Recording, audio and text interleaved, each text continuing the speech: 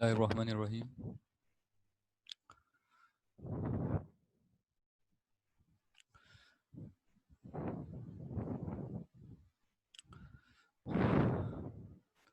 Chapter 10 है बेटा आपका, मैटर, लेक्चर नंबर 20। ठीक है, कल आप लोगों को जो है वो पास्कल्स लॉ तक पढ़ाया था, प्रेशर के बारे में पढ़ाया था। ठीक है, अब उसी प्रेशर की एक डेरिवेशन आती है कि प्रेशर इन अ लिक्विड, कि लिक्विड में प्रेशर किस तरीके का होता है। सही, और प्रेशर का फार्मूला ड्राइव करना है कि लिक्विड में जो प्रेशर जनरेट होता है उसका फार्मूला क्या होता है। तो बेटा इसका drive an expression for pressure in liquid, या फिर इस तरीके से सवाल आ सकता है कि prove that pressure in liquid depends upon the density and depth, कि किसी भी लिक्विड में जो प्रेशर होता है वो डिपेंड करता है उस लिक्विड की डेंसिटी पर और उसकी डेप्थ के ऊपर, कि डेप्थ कितनी है, ठीक है, जहां पर हमें प्रेशर अप्लाई करना है, और डेंसिटी कितनी है जहां पर प्रेशर आपका अप्लाई हो रहा है। सही है, यानी जिस लिक्विड में प्रेशर अप्लाई हो रहा है उसकी अपनी डेंसिटी क्या है, क्योंकि बेटा हर लिक्विड की अलग अलग डेंसिटी होती है। कुछ लिक्विड की डेंसिटी ज्यादा होती है, कुछ लिक्विड की डेंसिटी कम होती है, तो हर एक पर इसीलिए प्रेशर की अलग अलग वैल्यू होती है। तो बेटा इसको जब आप ड्राइव करेंगे तो किस तरह, consider a liquid of mass m and density, density को इस साइन से रिप्रेजेंट करते हैं जो कि p की तरह का साइन होता है। ठीक है, contain in cylinder of area a and depth h, यानी वो लिक्विड किसी एक सिलेंडर में है जिसका एरिया a है और जिसकी डेप्थ जो है वो h से रिप्रेजेंट हो रही है। The density of the liquid is given by, अब जो वो डेंसिटी है उस लिक्विड की वो हम किस तरीके से फाइंड आउट कर सकते हैं कि density is equal to mass upon volume, ये डेंसिटी का फिक्स फार्मूला होता है। ठीक, कि density is equal to mass upon volume. अब बेटा यहाँ पर आप लोगों के पास ये डेंसिटी है, डेंसिटी की जगह आपने उसका सिंबल रखा मास अपॉन वॉल्यूम, यानी कि m अपॉन v, ये आपकी हो गई इक्वेशन नंबर 1। अब इसके बाद किसी भी चीज की अगर आपको वॉल्यूम फाइंड आउट करनी हो तो वो आप कैसे फाइंड करते हैं कि v is equal to a multiply by h, यानी वॉल्यूम जो होती है वो आपकी a बाय h के बराबर होती है। तो यहाँ पर इक्वेशन नंबर 1 के अंदर आप लोग वॉल्यूम की जगह ए एच रख देंगे, बाकी सारी चीजें वही हैं। डेंसिटी की जगह डेंसिटी आएगी आपकी इज इक्वल टू मास, और डिवाइडेड बाय वॉल्यूम की जगह पर आपका आ जाएगा ए एच। सही है, अब आप लोगों को क्योंकि पहले मास की वैल्यू फाइंड आउट करनी है, क्योंकि वो आपको आगे पुट करनी होगी, तो आप सिंपल क्या करेंगे कि ए एच यहाँ पर डिवाइड हो रहा है, आपने इसको ऑपोजिट साइड पर शिफ्ट किया, तो कोई भी चीज जब डिवाइड से ऑपोजिट साइड में जाएगी तो वो क्या हो जाएगी, मल्टीप्लाई। तो यहाँ पर मास आपका बराबर हो जाएगा m is equal to A H और डेंसिटी। ठीक है, ए एच एंड डेंसिटी, तो ये आपकी मास की वैल्यू आ जाएगी जिसको आप अपना नाम दे देंगे इक्वेशन नंबर 2 का। अब देखिए बेटा, लिक्विड है, जाहिर सी बात है मैटर है, उसका कोई ना कोई वेट तो होगा। तो the weight of a liquid is given by, अब अगर हमें लिक्विड का जो है वो वेट फाइंड आउट करना है तो हम किस तरह फाइंड करेंगे, W is equal to M G. सही है, वेट ऑफ द लिक्विड आपका आ जाएगा W is equal to M g, और putting the value of m in equation number 3। अब आप यहाँ पर देखें W is equal to M g के अंदर जो m की वैल्यू है इक्वेशन नंबर 2 से उठाकर उस वैल्यू को आप इक्वेशन नंबर 3 में पुट कर देंगे। तो यहाँ पर आपके पास W बराबर हो जाएगा A H density and G। सही है, तो आपका W किसके बराबर हो गया, A H density and G। अब देखिए बेटा, फोर्स पर यूनिट एरिया जो है वो आपका प्रेशर कहलाता है। कल आपको प्रेशर बताया था पूरा कि प्रेशर का फॉर्मूला क्या होता है, फोर्स अपॉन एरिया, यानी जितनी फोर्स एक पर्टिकुलर एरिया पे लग रही है वो आपका प्रेशर है। और ये भी बताया था आपको कि अगर जो है वो एरिया छोटा हो और फोर्स ज्यादा हो तो प्रेशर ज्यादा होगा, और अगर फोर्स वही हो लेकिन एरिया का साइज इंक्रीज कर दिया जाए तो प्रेशर कम होगा। यानी जितना छोटा एरिया प्रेशर उतना ही ज्यादा, और जितना बड़ा एरिया प्रेशर उतना ही कम हो जाएगा। तो यहाँ पर आप लोगों के पास प्रेशर आपका हो गया P is equal to F upon A. अब देखिए बेटा, जितनी भी आपके पास फोर्स लग रही है वो वेट के बराबर है, यानी जो लिक्विड का वेट है वही उसकी उतनी ही आपको फोर्स अप्लाई करेंगे आप लोग। तो हम यहाँ पर कह सकते हैं कि F is equal to W. सही है, अब यहाँ पर F को जो है वो W से बराबर हम ले रहे हैं, और W खुद किसके बराबर है, जो हमने यहाँ ऊपर निकाला था वो क्या था, AHPG, सही, यानी डेंसिटी का साइन और G। तो F की जगह आपने रख दिया AH डेंसिटी एंड G। अब इसमें यहाँ पर P is equal to F upon A था, तो आपने F की जगह पर उसकी वो वैल्यू पुट कर दी कि AH डेंसिटी और G, ये वैल्यू रख दी आपने F की जगह पर, डिवाइडेड बाय क्या, A हो गया। अब बेटा A से ये वाला A कैंसिल हुआ, तो आपके पास जो है वो रिमेनिंग क्या बचा, प्रेशर किसके बराबर आपके पास रिमेनिंग बचा, हाइट यानी कि H डेंसिटी एंड G। यानी जो आपका प्रेशर होता है वो डिपेंड करता है हाइट के ऊपर, डेंसिटी के ऊपर एंड ग्रेविटी के ऊपर, सही है। ग्रेविटी तो आपकी फिक्स वैल्यू ही होती है, तो यानी जो असल प्रेशर डिपेंड करता है वो डेप्थ के ऊपर और डेंसिटी के ऊपर डिपेंड करता है, यानी H के ऊपर एंड P के ऊपर, ठीक है। तो बेटा इस डेरिवेशन में कोई प्रॉब्लम, नो। गुड। कोई भी प्रॉब्लम हो तो पूछ लीजिएगा बेटा, वजीहा आप भी, क्योंकि आप पहली दफा आ रही हैं क्लास में।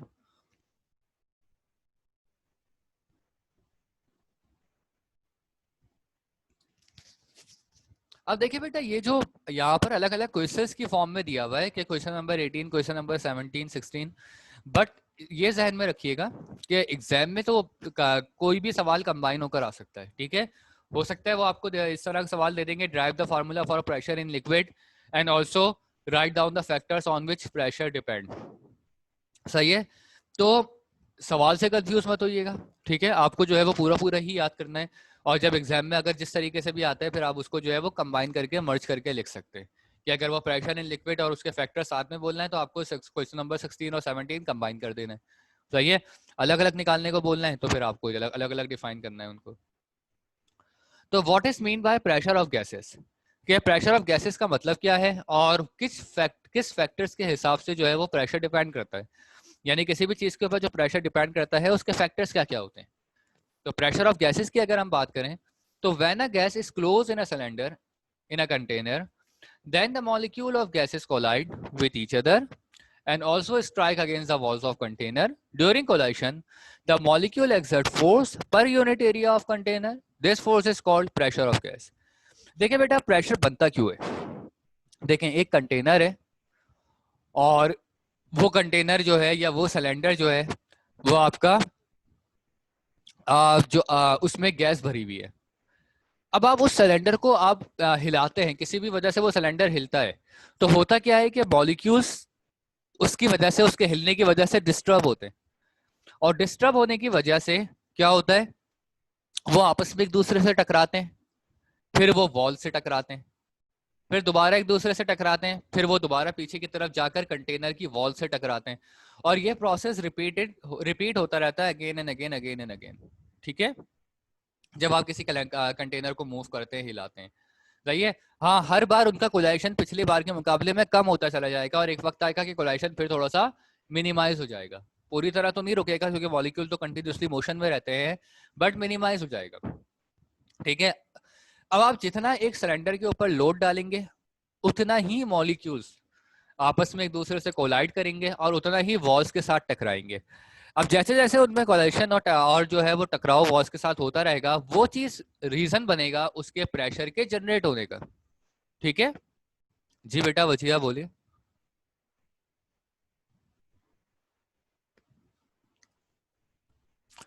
तो वो रीजन बनेगा उनके प्रेशर के जनरेट होने का, सही है। अब देखें बेटा, यही वजह है कि अगर आप कोई कोल्ड ड्रिंक की बोतल लें, सही है, और उसको अगर आप शेक करें तो क्या होता है, एकदम बहुत सारे बबल्स बनना शुरू होते हैं। क्यों? क्योंकि आपके शेक करने की वजह से, आपके उसका डिस्टर्ब करने, हिलाने की वजह से होता क्या है कि वो बहुत ज्यादा प्रेशर जनरेट होता है मॉलिक्यूल्स के दरमियान में, क्योंकि मॉलिक्यूल्स में डिस्टर्बेंस जनरेट होती है, सही है। जब वो डिस्टर्बेंस इंक्रीज हो जाती है तो बबल्स एकदम बहुत सारे फॉर्म होने शुरू हो जाते हैं। अब अगर आप कंटिन्यूसली शेक कर रहे हैं और उसका कैप ओपन नहीं कर रहे हैं और आप फिर भी शेक किए जा रहे हैं, तो क्या होगा, एक टाइम आएगा कि इतने डिस्टर्बेंस जनरेट होगी, इतनी डिस्टर्बेंस जनरेट होगी कि वो बोतल, मॉलिक्यूल्स बोतल को तोड़कर बाहर निकल जाएंगे, सही है, यानी बोतल फट जाएगी और मॉलिक्यूल्स जो हैं वो सारे बाहर आ जाएंगे। अदरवाइज अगर आप किसी बॉटल का जिसमें गैस भरी हुई हो, सही है, कोई भी जो है वो आपकी कोल्ड ड्रिंक की बोतल है, सॉफ्ट ड्रिंक है, बियर है, कोई भी बोतल है, उसमें जब आपकी गैस भरी हुई हो, आप उसको शेक करेंगे और एकदम अगर उसका कैप ओपन करें तो क्या होता है, कोल्ड ड्रिंक एक प्रेशर से बाहर निकलती है। सही है, क्यों? क्योंकि मॉलिक्यूल्स के दरमियान में डिस्टर्बेंस बहुत ज्यादा आ जाती है, उनमें टकराव बहुत ज्यादा हो रहा होता है और उनको बाहर निकलने के लिए कोई स्पेस चाहिए होती है। अब जैसे ही आप कैप खोलते हैं तो उनको वो स्पेस मिल जाती है और वो मॉलिक्यूल सारे जो है वो बाहर आ जाते हैं। तो मॉलिक्यूल्स का टकराव और मॉलिक्यूल्स का मूव होना, ठीक है, वो चीज जो है वो प्रेशर जनरेट करने की वजह होती है।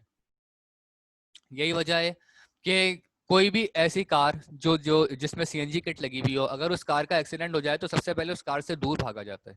ठीक है, क्योंकि उस वक्त सिलेंडर का जो है वो फटने के चांसेस बहुत ज्यादा होते हैं, क्योंकि कार जब हिट होती है, सही है, तो उसके सिलेंडर में बहुत ज्यादा जो है वो डिस्टर्बेंस आती है। अब मॉलिक्यूल जो है वो उसकी सिलेंडर की वॉल से टकरा रहे होते हैं।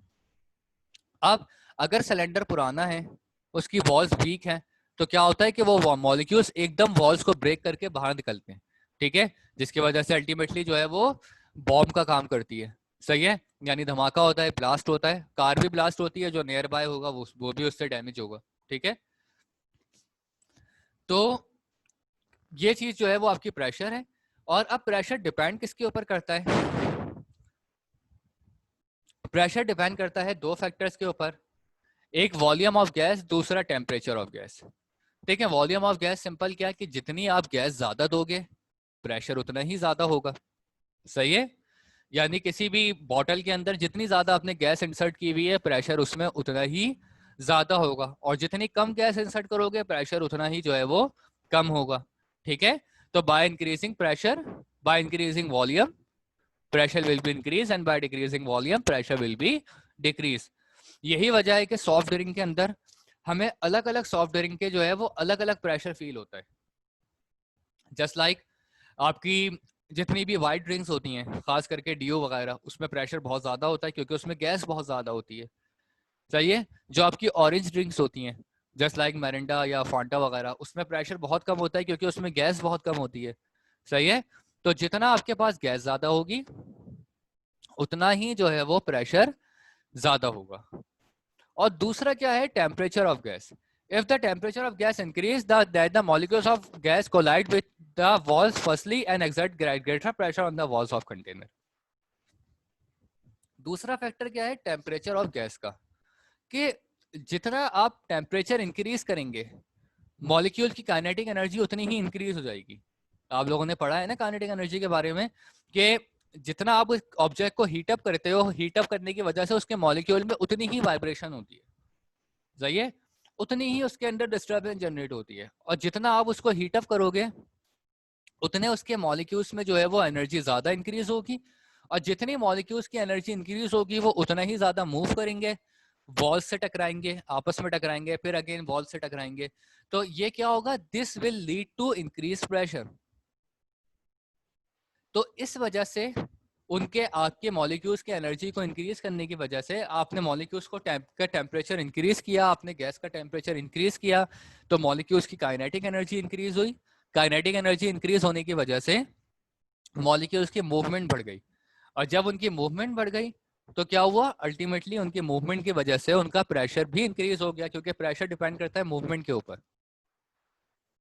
तो जैसे जैसे मूवमेंट बढ़ती चली जाएगी वैसे वैसे प्रेशर अल्टीमेटली जो है वो आपका इंक्रीज होता चला जाएगा।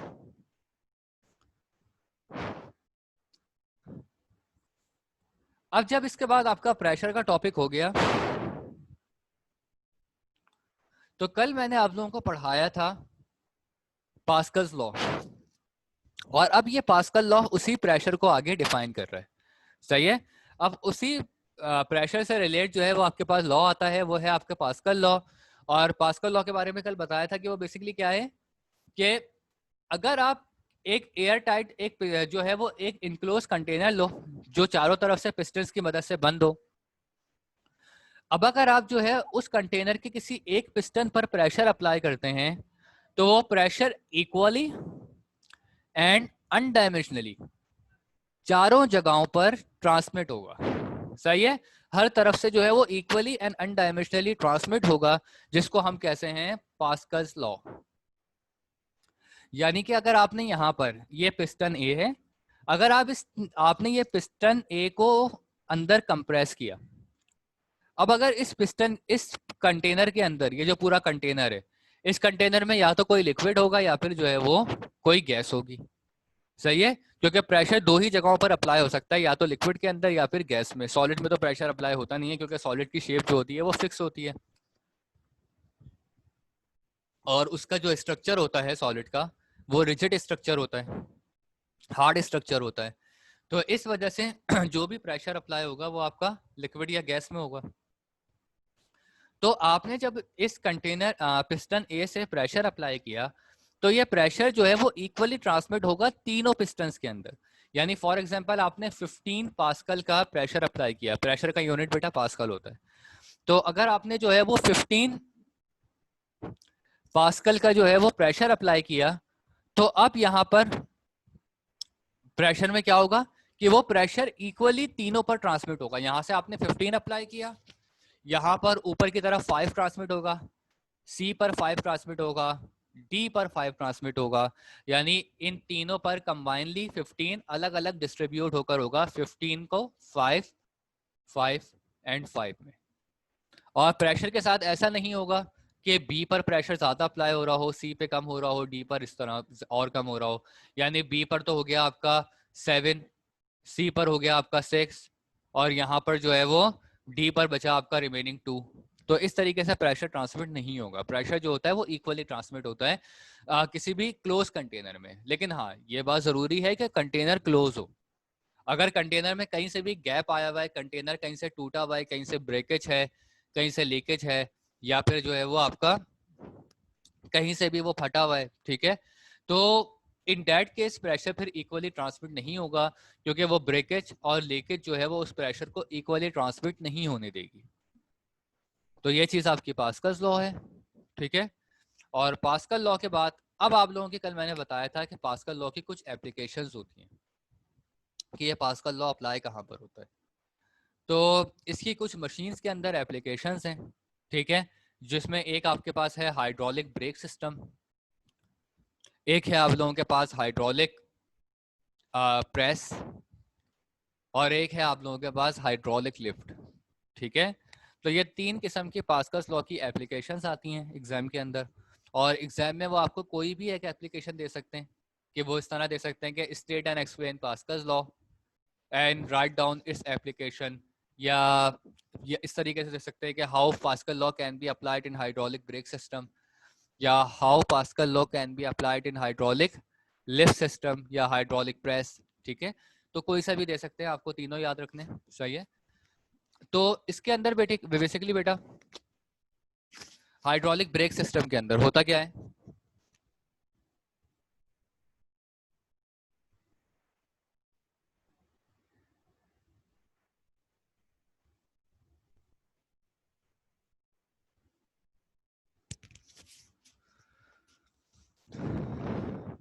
देखिए बेटा हाइड्रोलिक ब्रेक सिस्टम जो है ये ऑटोमोबाइल्स में इस्तेमाल होता है, सही है, और मुख्तलिफ कार्स वगैरह के अंदर, या जो भी आपके पास व्हीकल है, कोई भी 4 व्हील या उससे ज्यादा की व्हीकल, उसमें जो है वो हाइड्रोलिक ब्रेक सिस्टम अप्लाई होता है, ठीक है। बाइक्स वगैरह में इस्तेमाल नहीं होता, ठीक है। बाकी जितनी भी आपकी 4 व्हीलर है या 3 व्हीलर है, यानी रिक्शा वगैरह, या कोई भी आपकी 4 व्हीलर या उससे बड़ी बस, ट्रक, कुछ भी, उन सब में हाइड्रोलिक ब्रेक सिस्टम इस्तेमाल होते हैं, ठीक है।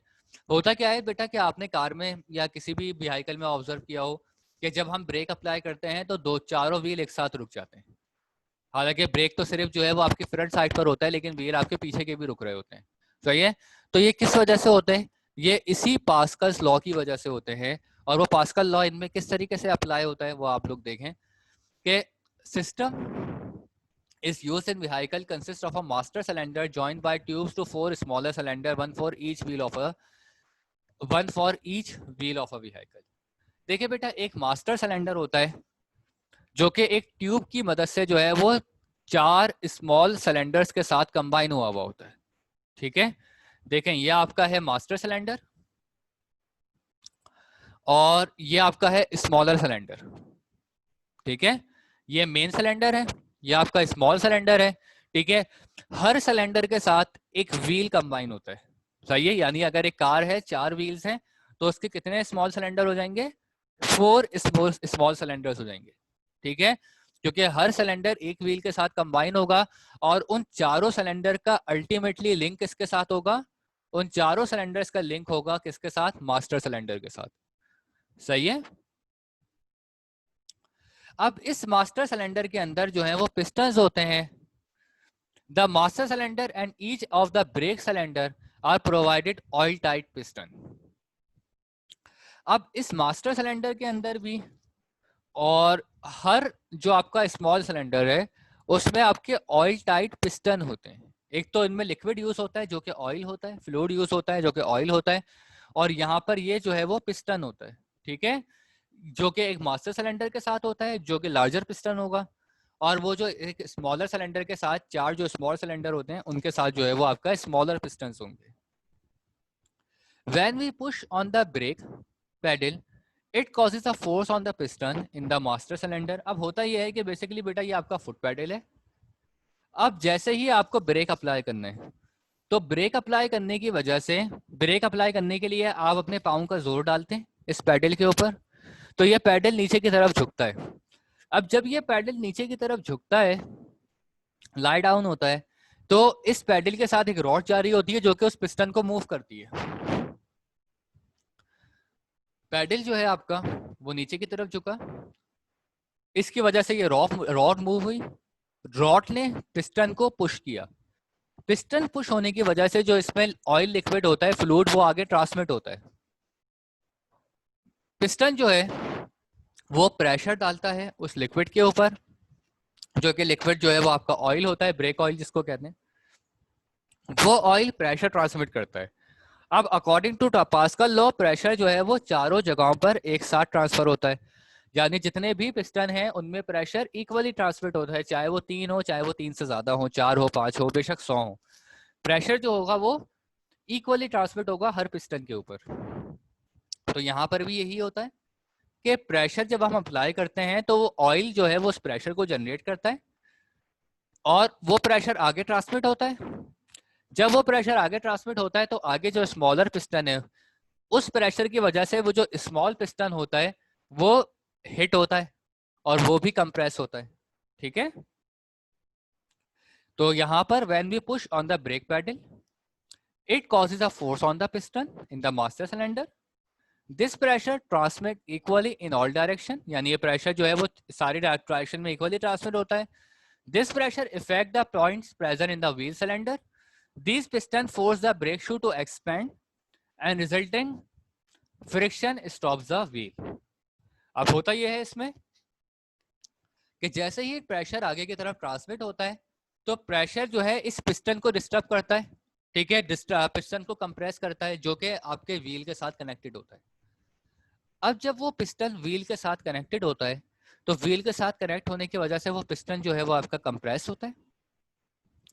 कंप्रेस होने की वजह से ये जो ब्रेक शू होते हैं इसके, ये जो साइडों पे लगे हुए होते हैं कार के व्हील के साथ, वो ब्रेक शू एक्सपेंड होते हैं और वो ब्रेक शू एक्सपेंड होने की वजह से व्हील में फ्रिक्शन जनरेट होता है, मैक्सिमम फ्रिक्शन जनरेट होता है, ठीक है। तो जिसकी वजह से व्हील क्या होता है, आहिस्ता आहिस्ता रुकना स्टार्ट हो जाता है, ठीक। कार की स्पीड स्लो हो जाती है फ्रिक्शन जनरेट होने की वजह से, और जब स्पीड स्लो होती है तो ब्रेक शू एक्सपेंड होने की वजह से स्पीड स्लो होती है तो व्हील अल्टीमेटली आहिस्ता आहिस्ता रुकना शुरू होते हैं, और रुकने के बाद एक पॉइंट आता है जहां पर चारों व्हील फिर एक साथ रुक जाते हैं। डिपेंड करता है कि आप उसके ऊपर कंटिन्यूसली प्रेशर अप्लाई कर रहे हो या नहीं कर रहे। अगर हमें थोड़ा सा ब्रेक मारना हो, जैसे अक्सर हम जब कार ड्राइव करते हैं, सही है, हमारे सामने कोई कार आ गई या सिग्नल आ गया, ठीक है, सिग्नल में तो चले कार को रोकना पड़ता है, बट हमारे सामने कार आ गई, ठीक है, कोई और ऑब्स्टिकल आ गया, तो हम अपनी कार की स्पीड को जो है वो कम ज्यादा करते रहते हैं। तो अगर हम लोग हल्का ब्रेक अप्लाई कर रहे हैं तो क्या होगा, फ्रिक्शन जनरेट होगा लेकिन व्हील रुकेंगे नहीं, सही है, क्योंकि हमारा प्रेशर कम है। जब हम प्रेशर कम ट्रांसमिट करेंगे तो आगे वाले पिस्टन पर भी कम ट्रांसमिट होगा, जब मास्टर सिलेंडर पे कम ट्रांसमिट होगा तो स्मॉल सिलेंडर पर भी कम ट्रांसमिट होगा, जिसकी वजह से स्मॉल सिलेंडर आपका उस प्रेशर को कम ट्रांसमिट करेगा और आगे प्रॉपर प्रेशर फ्लो नहीं होगा, सही है। तो जब आगे जब प्रेशर कम ट्रांसमिट होगा तो ब्रेक शू भी कम एक्सपेंड होंगे और व्हील भी जो है वो कम रुकेगा। और अगर हम एकदम सारा प्रेशर अप्लाई करें तो क्या होगा, प्रेशर ज्यादा अप्लाई होगा और व्हील भी जो है वो एक झटके से फौरन रुक जाएंगे, जस्ट लाइक जब हम किसी भी जगह पर इमरजेंसी ब्रेक लगाते हैं। ठीक है, तो it depends upon your force कि आप जितनी फोर्स अप्लाई करेंगे पैडल के ऊपर, प्रेशर उतना ही जो है वो आगे ट्रांसमिट होगा उसी हिसाब से। और इसमें जो प्रेशर ट्रांसमिट करने के लिए जो की रोल प्ले करता है वो आपका ब्रेक ऑयल करता है। सही है, क्योंकि प्रेशर ट्रांसमिट होने के लिए कोई ना कोई मीडियम होना चाहिए और मीडियम यहाँ पर वो ऑयल होगा जो कि उस प्रेशर को ट्रांसमिट करेगा। अगर ऑयल ना हो तो किसी किस्म का प्रेशर आगे ट्रांसमिट नहीं होगा। तो बेटा इसमें कोई प्रॉब्लम हो तो पूछ लिएगा।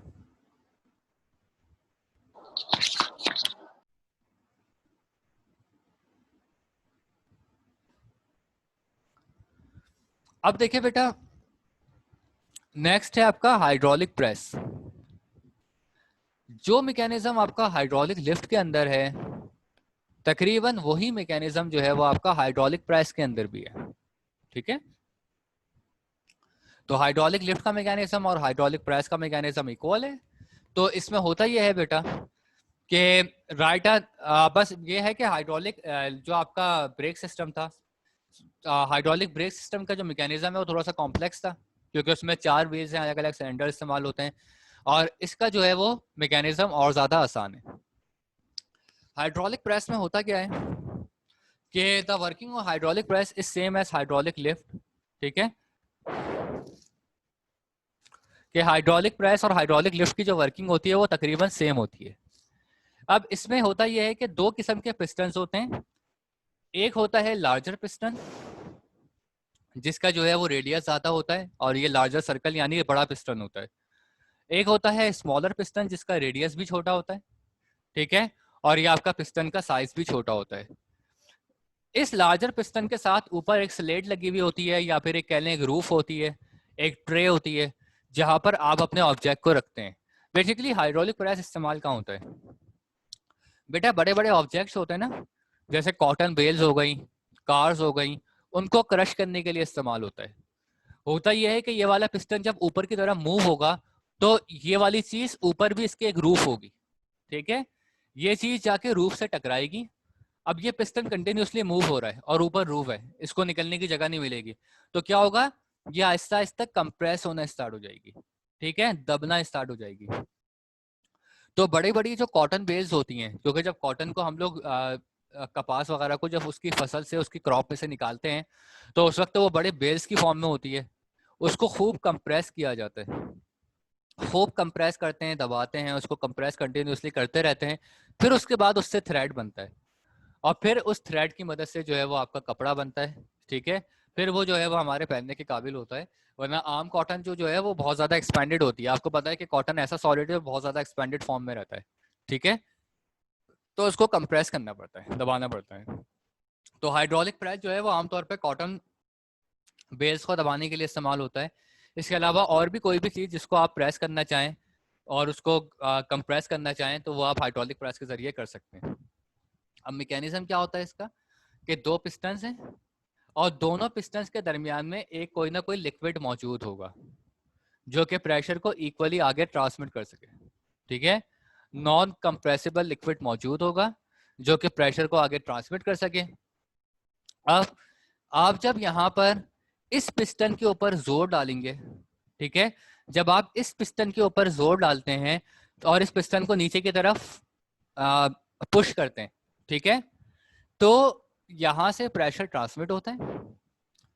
प्रेशर यहाँ से नीचे की तरफ आता है, फिर इक्वली ट्रांसमिट होता हुआ आगे की तरफ जाता है, फिर ये उसको ऊपर की तरफ जाता है, क्योंकि आगे मजीद कोई जगह नहीं है तो फिर वो ऊपर की तरफ ट्रांसमिट होगा। अब जब वो प्रेशर ऊपर की तरफ ट्रांसमिट होता है तो ऊपर आपको लार्जर पिस्टन मिलेगा।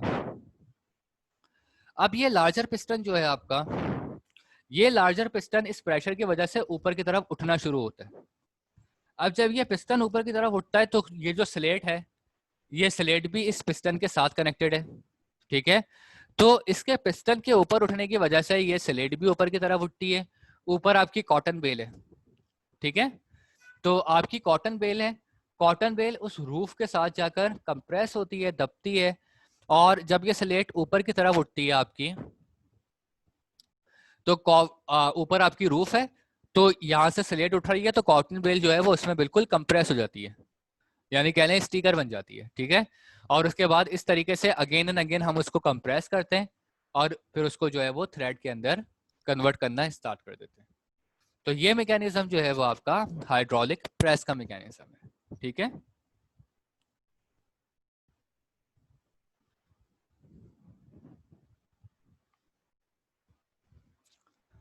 अब इसके बाद आप लोगों के पास आता है हाइड्रोलिक लिफ्ट।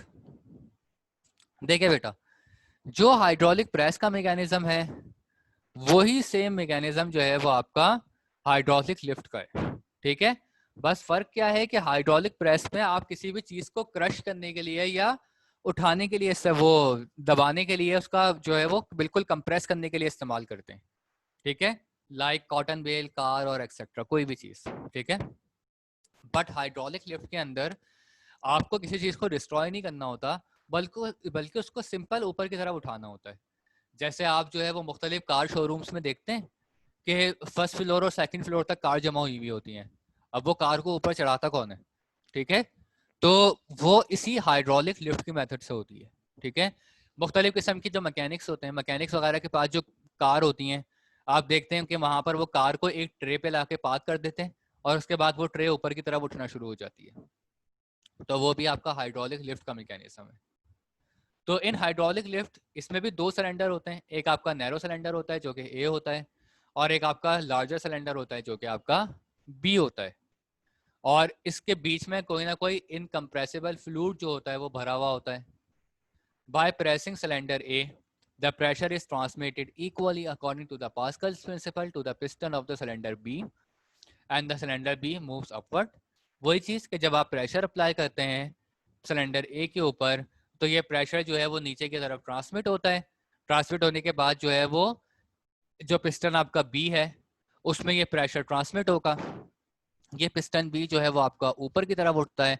ऊपर की तरफ उठकर जो है ये आपका, अब जब ये पिस्टन ऊपर की तरफ उठता है तो ये ट्रे है, ये भी अल्टीमेटली ऊपर उठेगी। और जो है ये कार इस ट्रे पर क्योंकि पार्क हुई हुई है, तो वो कार जो है वो ट्रे के साथ ही ऊपर की तरफ राइज होना स्टार्ट हो जाएगी। तो ये मैकेनिज्म आपका हाइड्रोलिक लिफ्ट का है, ठीक है। और तकरीबन सेम है, बस फर्क सिर्फ इतना होता है कि हाइड्रोलिक प्रेस के अंदर जो है वो ऊपर भी एक रूफ होती है जो कि जो है वो उसको कंप्रेस करने के लिए इस्तेमाल होती है, क्रश करने के लिए इस्तेमाल होती है। बट यहाँ पर क्योंकि हमें क्रश तो करना नहीं है ना कंप्रेस करना है, तो हमारे पास ऊपर कोई रूफ नहीं होती, बाकी सारा मैकेनिज्म इसका वही होता है। तो इसका मैथमेटिकली प्रूव आता है कि प्रेशर जो है वो आपका वो फोर्स अपॉन एरिया के बराबर है। अब दो किस्म की बेटा फोर्स अप्लाई हो रही हैं, एक यहाँ पर स्मॉल फोर्स और स्मॉल एरिया यानी F1 अपॉन A1, और एक लार्जर फोर्स और लार्जर एरिया यानी F2 अपॉन A2। अब देखें क्योंकि फोर्सेस इक्वल हैं, क्योंकि जितना प्रेशर आप यहाँ अप्लाई कर रहे हैं वही प्रेशर आगे ट्रांसमिट हो रहा है, ठीक है। तो इस लिहाज से जो है वो हम कह सकते हैं कि F2 upon F1 is equal to A2 upon A1 हो जाएगा। यानी यहाँ पर इसके अंदर क्रॉस मल्टीप्लाई करवाएं तो क्रॉस मल्टीप्लाई करवाने की वजह से क्या होगा, F2 और ये वाला F1 यहाँ डिवाइड हो जाएगा, यानी F2 अपॉन F1 हो जाएगा इज इक्वल टू यहाँ पर A2 यहाँ डिवाइड हो रहा है, वहां जाकर मल्टीप्लाई हो जाएगा, तो ये हो जाएगा A2 अपॉन A1। और हमें सिर्फ F2 की वैल्यू अगर निकालनी है तो F1 को उधर भेज के मल्टीप्लाई करवा दें, तो F2 बराबर हो जाएगा A2 upon A1 multiply by F1। इस इक्वेशन से हमें क्या पता लग रहा है बेटा, ये बात बिल्कुल क्लियर है कि F2 जो है वो आपकी ग्रेटर देन F1 है, यानी फोर्स 2 जो है वो फोर्स 1 से बड़ी है। क्योंकि देखें पास्कल लॉ के सबसे ज्यादा जो एडवांटेज है वो यही है कि आप कम फोर्स अप्लाई करते हैं जो कि आगे जाकर जो है वो लार्जर फोर्स में कन्वर्ट हो जाती है। फोर्स आपको यहाँ से कम अप्लाई करनी है लेकिन वो जाकर लार्जर फोर्स से कन्वर्ट हो जाएगी। तो ये जो आपने अप्लाई की है फोर्स वो आपका F1 है, और वो जो फोर्स कन्वर्ट होकर कार को उठा रही है वो क्या है, F2। आप खुद सोचें कि अगर कोई मैनुअली आपको कार उठाने का बोले तो पॉसिबल ही नहीं है, आप उसको उठा ही नहीं सकते, कोई भी नहीं उठा सकता अकेले, ठीक है। बट वही कार आप यहाँ पर थोड़ा सा पुश करते हैं, अपनी फोर्स डालते हैं और वो आराम से ऊपर की तरफ उठना शुरू हो जाती है। क्यों? तो यही चीज है कि पास्कल लॉ के एडवांटेज की वजह से आपकी वो जो लाइटर छोटी सी फोर्स है वो वही फोर्स आगे जाकर बिकॉज ऑफ प्रेशर वो बड़ी फोर्स में कन्वर्ट हो जाती है। तो लिहाजा F2 जो है वो आपकी ग्रेटर देन क्या है F1, ये बात क्लियर है, यानी यहाँ पर सिलेंडर P पे जो फोर्स लगेगी वो बड़ी होगी F1 से। इसी तरह एरिया जो है A2 जो है वो ग्रेटर देन A1 है, ये बात तो बिल्कुल क्लियर है कि सिलेंडर A जो है इसका एरिया छोटा है, सिलेंडर B का एरिया बड़ा है, तो यही वजह है कि A2 is greater than A1। Thus, a small force acting on a small area A1 generate a larger force F2 acting on a large area A2. Under the action of the larger force, the larger piston began to move upward. Hence, a car placed on the moving piston, which acts as a platform, is lifted as shown in figure. देखिए बेटा वही बात बोली है जो अभी मैंने आपको एक्सप्लेन की थी कि यही वजह है कि स्मॉल फोर्स हम अप्लाई करते हैं और हमारी वो छोटी सी फोर्स जो हम अप्लाई कर रहे हैं वो because of pascal pressure and pascal law, ठीक है, वो फोर्स आगे प्रेशर को ट्रांसमिट करती है और जब वो प्रेशर आगे ट्रांसमिट होता है तो ये तो वो फोर्स आपकी छोटी सी फोर्स लार्जर फोर्स में कन्वर्ट होकर उस कार को लिफ्ट करने के काम आती है। ठीक है, तो बेटा यहां तक कोई प्रॉब्लम हो तो बताएं। ईमान No, sir. क्लियर है सारा? Yes. चलें बस ठीक है बेटा, तो अभी न्यू टॉपिक पढ़ाने का टाइम नहीं है, तो यहीं पर क्लास एंड करते हैं। आपकी फिर इंशाल्लाह थर्सडे को होगी क्लास। अल्लाह हाफिज़।